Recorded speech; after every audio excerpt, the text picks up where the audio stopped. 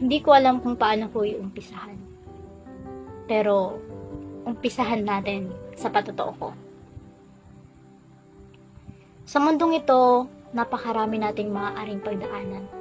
Problema, pasakit, kalungkutan, kasiyahan.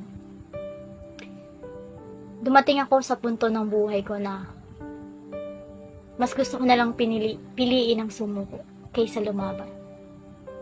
Sumuko kasi alam ko ito yung pinakamadaling desisyon na gagawin ko sa buhay. Pero sabi sa akin ng Lord, I can do all things through Christ who strengthens me. Hindi ko alam kung paniniwalaan ko. Hindi ko alam kung paano ako gagawa o kikilos. Dahil sa salitang natanggap ko, noong mga panahon na napapagod na ako, sa mga sitwasyon na sobrang sawang-sawa na ako kasi paulit-ulit na lang. Sa mga pagkakataong sukong-suko na rin ako. Sabi ng Lord sa akin, ako ang magbibigay ng kalakasan sa'yo. Kalakasan na alam ko, lahat ng problemang yan, lahat ng mga pasakit at kalungkutan na pinagdaraanan mo ngayon, malalampasan mo. Nakakatawang isipin, pero yun ang totoo. Masarap pakinggan.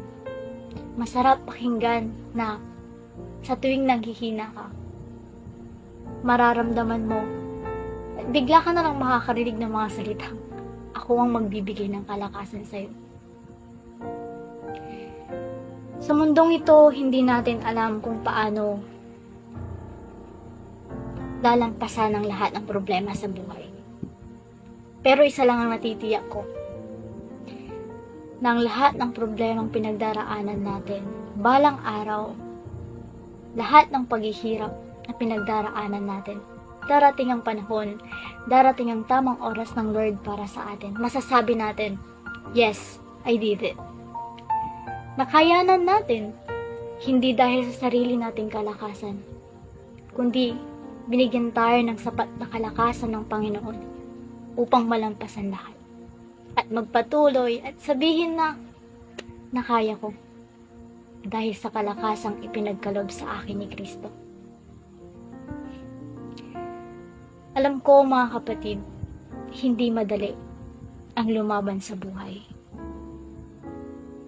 Pero madaling manalig at magtiwala sa Kanya.